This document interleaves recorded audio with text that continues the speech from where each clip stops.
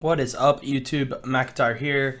Today I wanted to go over the PTR patch that is coming with the introduction of Varian. I wanted to kind of talk about some of the changes to the heroes and what I think about them and how I think it will affect the meta.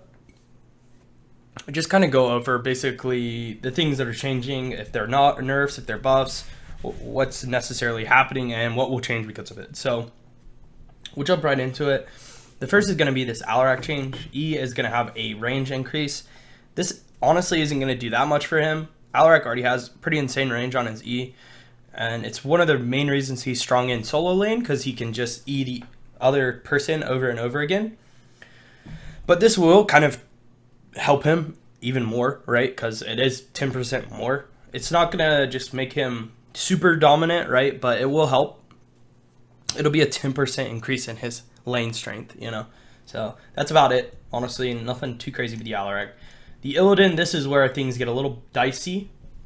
So the first thing about Illidan is that his battered assault has changed. They decided to give him an increase in damage by an extra 25%, and they decided to have it last for 5 seconds instead of 3. I think the 5-second clause is what is going to make this talent really powerful. So now if you do battered assault with your W and you do hit 2 people, you have 150 bonus damage for 5 seconds. It's like insanely strong. Like at level 1, if you fight the enemy team and you hit the W on 2 people, you're autoing for like 220, and most people, like most range carries, have like 1200 health at that point in the game. Most melees have like 2000. So 10 hits with Illidan and you'll kill the person, and that's before your W damage goes through. It's a really strong talent. And we're going to see another change here at level 4, which is no longer going to reduce with Unbound. No longer going to reduce the cooldown of Sweeping Strike. Instead, after we Sweeping Strike 30 people, we get 2 charges of it. And we obviously are allowed to go through walls with W. So the thing with this now is that most of our damage with Illidan can actually come from our W, and our chase ability will also increase, because a lot of the time with Illidan, you would want to Q more because you would have to gain your block charges and things like that in your marked for deaths, right?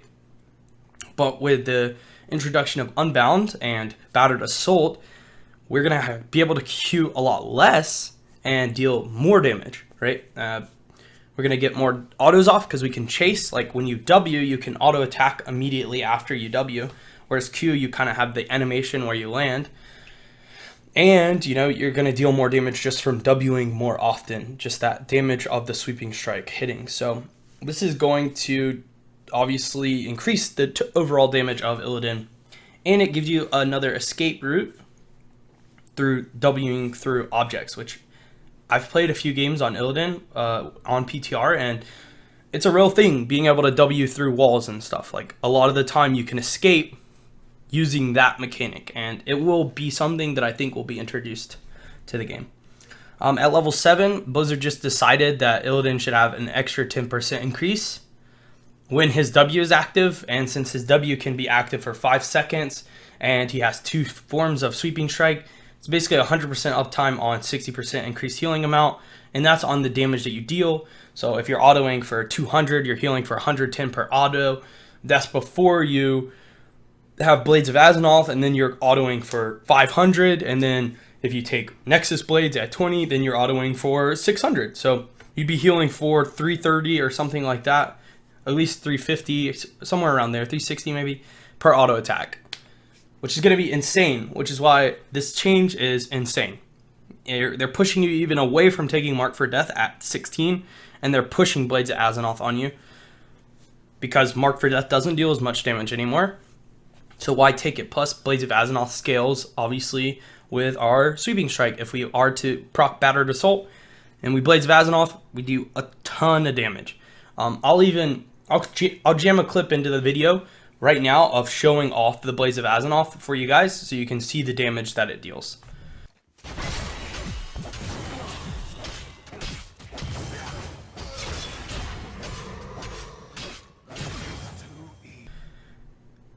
So the next change now is going to be a Raynor change. We kind of are done with Illidan. He is going to be much stronger now. The next is going to be a Raynor change. It's just a kind of visual effect that lets people know that Adrenaline Rush is not on cooldown. So if you push him over his health limit, he will pop his Adrenaline Rush. It's pretty good, actually. It's really nice. A lot of the time you don't know if he has it, and now you'll be able to tell, so I like that.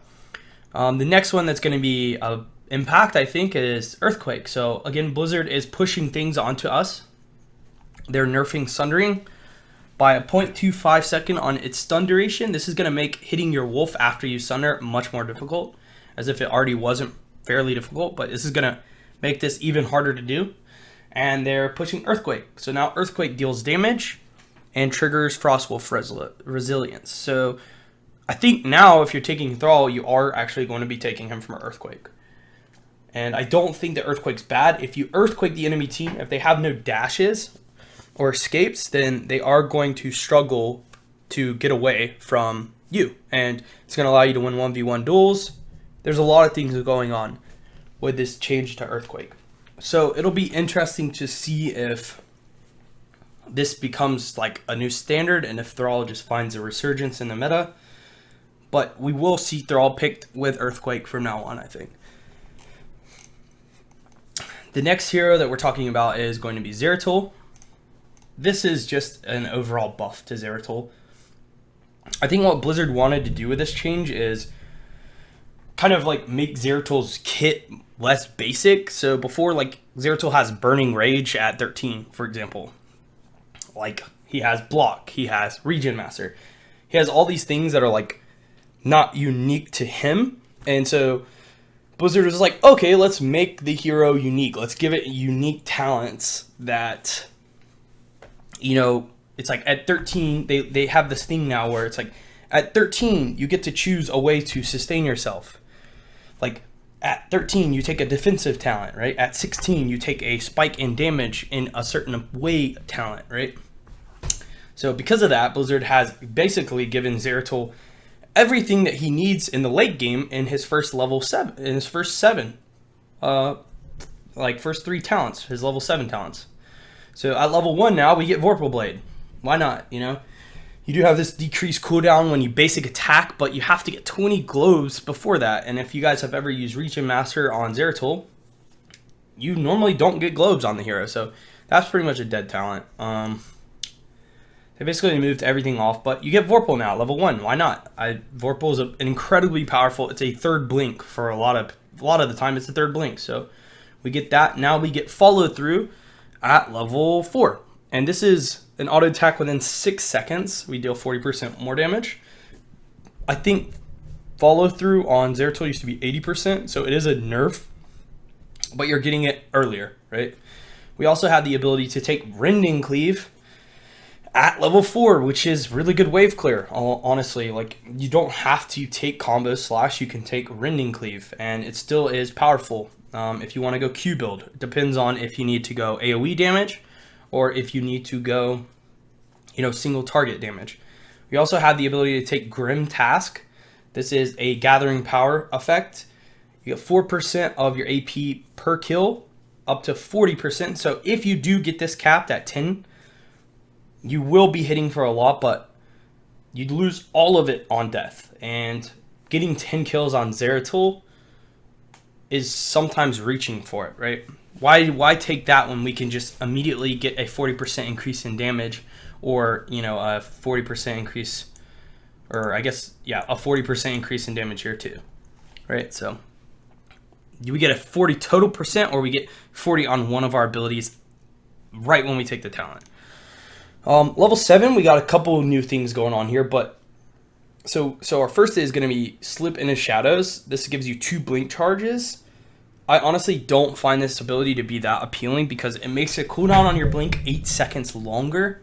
You do get 2 charges, but like, it's only good if you're like blink, blink, trying to hit somebody, right? Or you're like blink, blink away, right? Because if you're blinking in, hitting them, and then blinking out, you might as well go Wormhole. I will say, I guess you get more time in if you take this talent, right? So if you blink in and you're punching them, you get more time to punch them before the enemy reacts, and then you can blink out.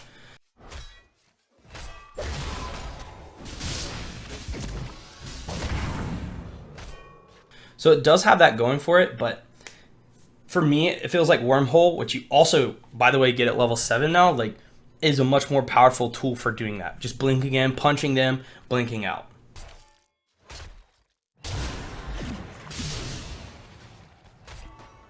Right, so, and then you can, more or less, most of the time you get double blinks off in team fights. Anyways, so, the cool talent I think is level 7, is the Seeker in the Dark. This makes your Singularity Spike take 50% longer to explode, and when you reactivate it, you blink to your enemy.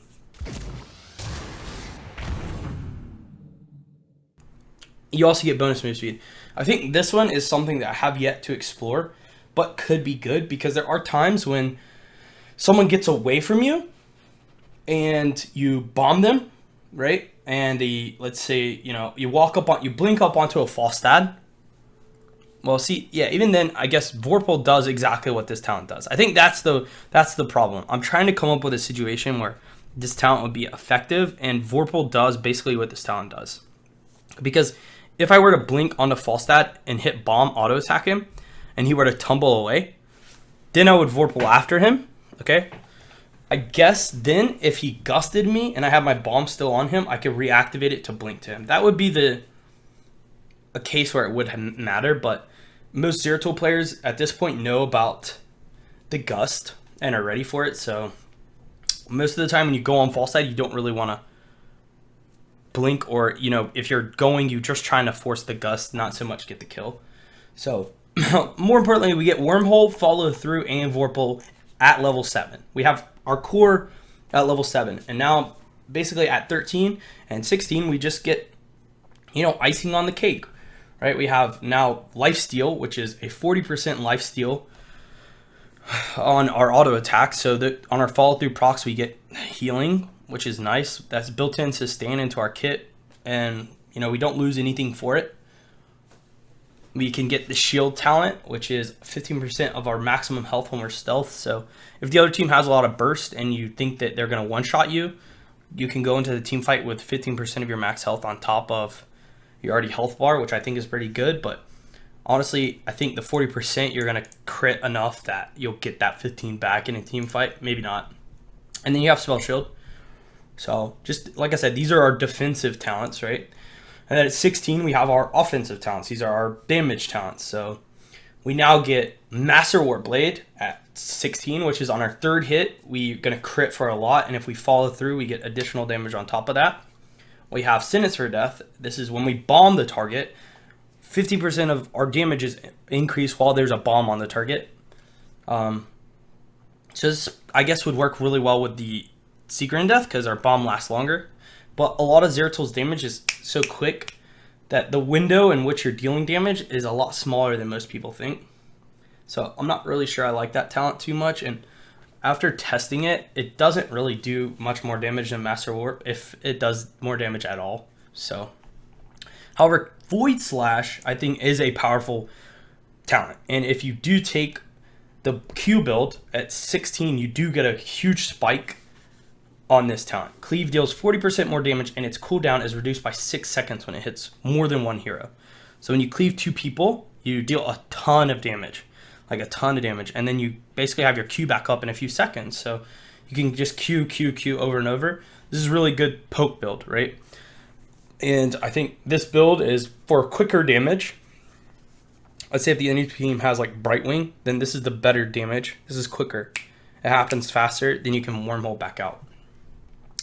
But overall, and then we have a VP changed at 20, but we're still going to take Rewind basically at 20. Overall, this is a huge buff to Zeratul. Even like a bonus health, like why not give me 100 more health? This is just a buff to him. His blink mana is reduced. His spike is increased. That's fine. This one's huge though, because this will allow you to escape more often. Like sometimes you're and you're like, oh, if I have had 75 mana. Like now you'll have that 50 mana to get away a lot of the time. So overall, this is huge. We're going to see so much more Zeratul. Let's put it that way, guys. we will see a lot more Zeratul because of this change. So the Abathur change, Abathur is now locked out of casting Toxicness for 5 seconds after. I don't really know. This won't change anything, I don't think. It must be so that you can't like cast it accidentally or something. This is not, I don't think, like a nerf or anything. This is just a buggy thing to fix. Possession can now use on catapults. That's pretty neat. I mean, the 7 talent Barb Shot is so good though, so giving out Barb Shot for possession is a little weird, but I could see it being cute. This one's pretty good. Zul casting Skeletal Mages on vector targeting, which is click drag, sort of like there's a new hero that has a click drag. Oh, Alaric. Alaric's W is click drag. So now you can really line, like let's say the enemy's running down. It's on Tomb of the Spider Queen, and the enemy's running down, like at the bottom turn in, down the little tunnel towards their hard camp.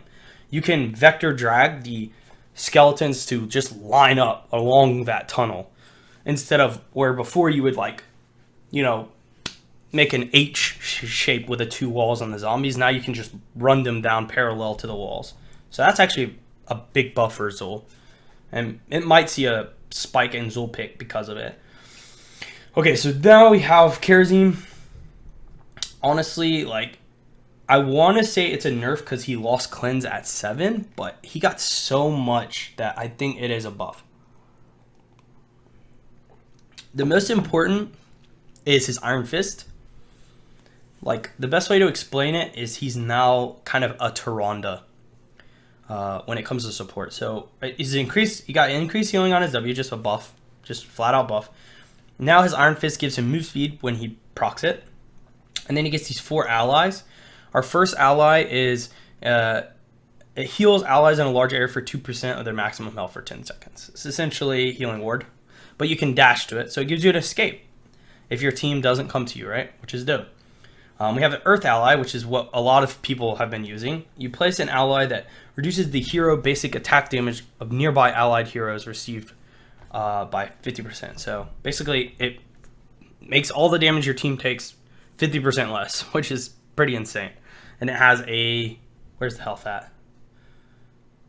It has 400 health. That's the important part about this one, is it's actually difficult to kill. Like, the 150 health one, like if Vala multi-shots, it'll kill. But with this one, it will not kill it in a multi-shot. So you have to actually attack it. And then you have your air ally, which we're not going to see much of, but it's just a CV.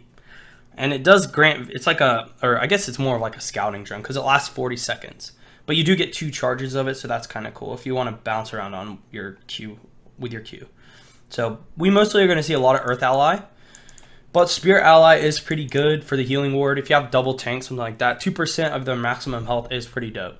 So at level 7, like I said, we're going to lose cleanse now, which is kind of scary. But we now have the Heavenly Zeal, increases the movement speed of bonus of heaven on allies to 25%. So you basically get mount speed when you W, which is pretty good. We now lost Blazing Fist.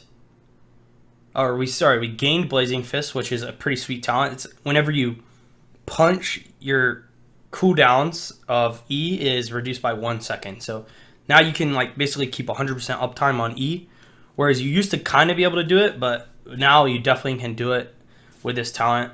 We're seeing a lot more of blinding speed though at 7 from people, which is basically when you Q your target, it moves faster. We see a lot more of that than Blazing Fist, but it's kind of in between these two, as well as Heavenly Zeal. I don't know. I'm not really super sure about this talent. You'd have to talk to a support main, but I'm just putting my own input. 13 Fist of Fury. Deadly reach duration increased from 50 to 100%. So again, like we have this E build kind of building, right? We have E talent here, E talent here. They're all getting buffed, which is nice. So now 16 is where a lot of cool things happen. We have Cleansing Touch, which is basically our new cleanse.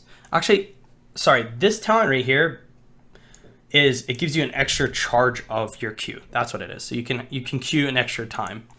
That's not the bonus move speed. That one's a 13 talent. So yeah, so they take the Q talent here so that they have extra cleansing touches here. So now when you Radiant Dash to an ally, you cleanse them. But sometimes like that's bad. If you Q to someone Malfurion rooted, you're gonna get rooted as well, right? But other times, you know, if ETC slides and then you Q to your teammate, you cleanse him. So it's pretty good. You get 3 cleanses more or less, and yeah, it's not too bad. Radiant Dash of Light. This is a Radiant Dashing to an ally increases the healing they receive from Breath of Heaven by 50%. So again, this is kind of pairs well with this 7 talent, right? You have 3 Q charges. Echo of Heaven. This was moved from 7. This is the one that heals once and then it's a couple seconds, heals twice, right? They buffed the second heal, but they nerfed the first heal. So the first heal doesn't get as much burst anymore, but the second heal heals more. You get more healing now, but it takes longer, so it's not as good, I don't think, and we won't really see this talent anymore now, sadly. This one, though, is really cool. Way of 100 Fist. It deals a volley of 6 basic attacks that each deal 50% of your basic attack damage, but it's cool because it's a basic attack, so it procs your level 1 Iron Fist, right? This will proc your whatever passive you've chosen, because you're actually doing basic attacks now rather than like you're doing an animation that shows you attacking.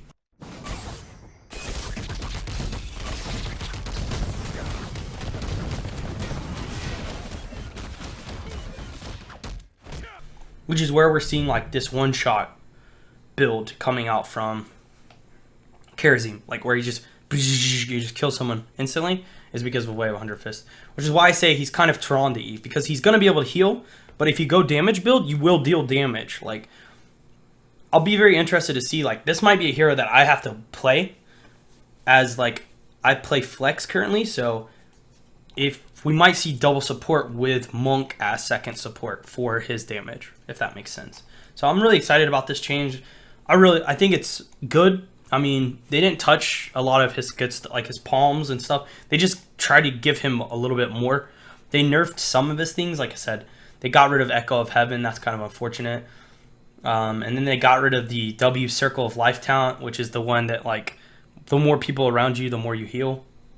Sadly, but he's got a lot of cool things, and he's a character that I want to do a video on now that they've changed him.